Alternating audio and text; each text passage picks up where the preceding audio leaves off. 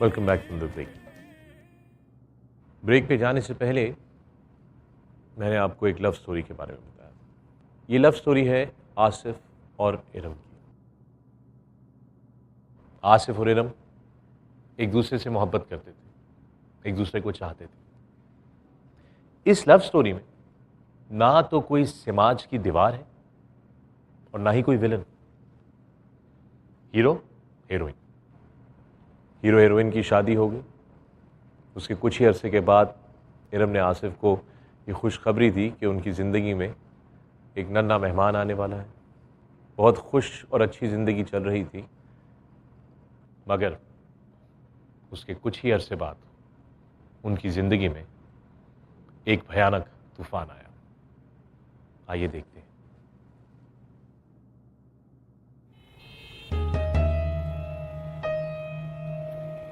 محمد آصف ملتان کے ایک سرکاری ہسپتال میں معمولی آپریشن کے لیے داخل ہوئے تھے. جب آپریشن کو آدھے گھنٹے کے بجائے 3 گھنٹے لگ گئے, آصف کے بھائی حسنین پریشان ہو گئے.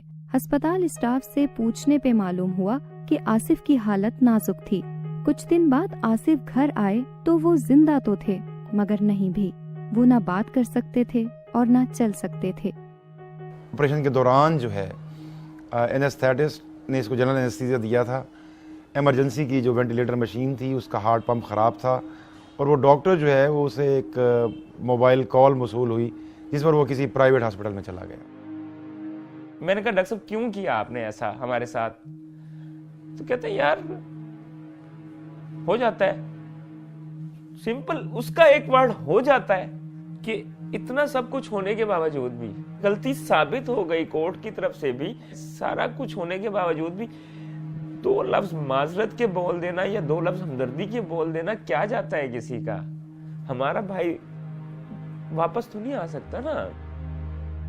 کوما میں جانے سے صرف 2.5 سال پہلے آصف اور ارم کی شادی ہوئی تھی, اور اس حادثے کے 3 ماہ بعد ان کی بیٹی سکینہ پیدا ہوئی.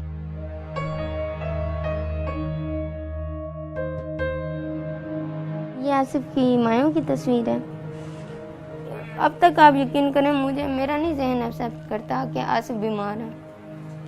ہر صبح مجھے یہی لگتا ہے کہ کمرے میں ہی ہے, اور پھر یقین دلانا پڑتا ہے نہیں آصف تو بیمار ہے اور دوسرے کمرے میں ہے. بس میں اب آپ کو کیا بتاؤں.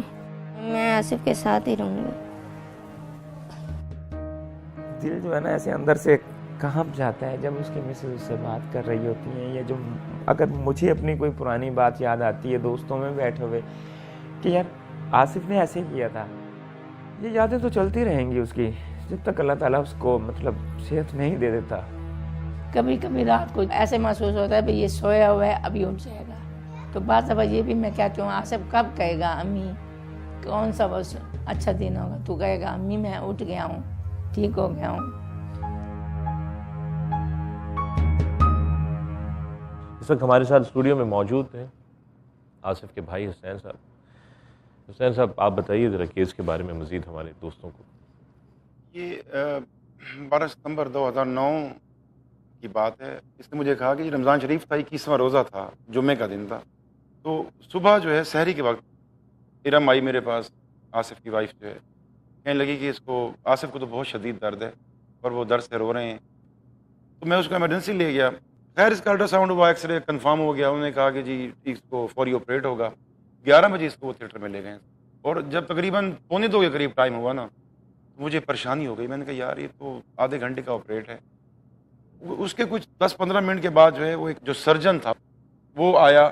اس نے جو ہے مجھے کہا کہ یار اس کو آئی سی یو شفٹ کرنا ہے, اور جاتے ہی انہوں نے کہا کہ ہم اس کو ڈارمیکم دے رہے ہیں اور وینٹیلیٹر پہ ڈال رہے ہیں, تو امید ہے کہ اس کو 24 گھنٹے میں ہوش آ جائے گا. 24 کے پھر 48 کے جو ہے وہ 72 گھنٹے, پھر کئی دن گزر گئے. ہم بار بار پوچھتے رہے کہ یار بتائیں تو صحیح ایشو کیا ہے. اس نے کہا بھائی اس کے ساتھ بہت بڑا حادثہ ہو گیا ہے, اس کا جو ہے وہ برین جو ہے اس کا ڈیمیج ہو گیا. میں نے کہا کیسے, کوئی پتہ بھی تو چلے. پتہ یہ چلا کہ جی ڈاکٹر صاحب جو ہے جو اینستھیٹسٹ تھے وہ اینستھیزیا مینیج کر جی اے مینیج کیا تھا, اور ان کو یہ بھی نہیں تھا کہ ایمرجنسی کا جو وینٹیلیٹر ہے اس کا ہارٹ پمپ خراب تھا, اور آکسیجن جو ہے وہ آکسیجن کی سپلائی رکی ہے, کارڈک اریسٹ ہوا ہے. اور جو صاحب اس کو سرجری کر رہے تھے وہ اپنے کام میں مصروف رہے ہیں. الٹیمیٹلی ہم نے وہ رپورٹس جو ہے MRI رپورٹس اور CT اسکین کی رپورٹس جو ہے باہر سرکاری ہاسپٹل کے باہر جب ڈاکٹروں سے ریڈ کروائیں تو ایک ڈاکٹر اس کے ورڈس تھے مجھے یاد ہیں, اس نے کہا کہ جی یہ تو کسی 80 سالہ بوڑھے کا برین ہے جو کہ ختم ہو چکا ہے. تو ہمیں 4 سال ہو گئے ہیں. اس 12 سپتمبر کو آصف کو اس ویجیٹیٹو اسٹیٹ میں 4 سال ہو گئے. ہمیں پتہ چلا کہ جی لاہور میں ایک ڈاکٹر صاحب انہوں نے کلیم کیا کہ جی میں ایسے بہت سے پیشنٹس کو ٹھیک کر چکا ہوں. کوئی 80,000 روپے کے اکوپمنٹس جو ہے وہ پرچیز کروائے گئے.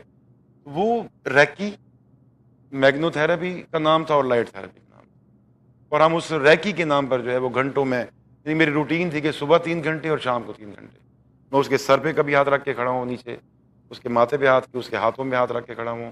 انہوں نے کہا جی یہ اسٹیمولائے ہیں, اس سے اس کو اسٹیمولیشن جائے گی اور یہ اٹھ جائے گا. وہ کوئی 4-5 مہینے وہ ٹریٹمنٹ چلتا رہا, کوئی فرق نہیں پڑا. آج وہ لائٹ بھی اور وہ میگنیٹ بھی میرے جو ہے وہ ریکس کے اوپر سجے ہوئے ہیں. میں نے سوچا کہ یار ان کے خلاف کچھ کرنا چاہیے. ہم نے پریس کلب کے سامنے احتجاجی مظاہرہ رکھا. میں نے چیف جسٹس کو درخواست دی ہوئی تھی میرے کیس پر جو ہے وہ آج خود نوٹس ہو, لیکن ڈیسیژن سن لیجیے.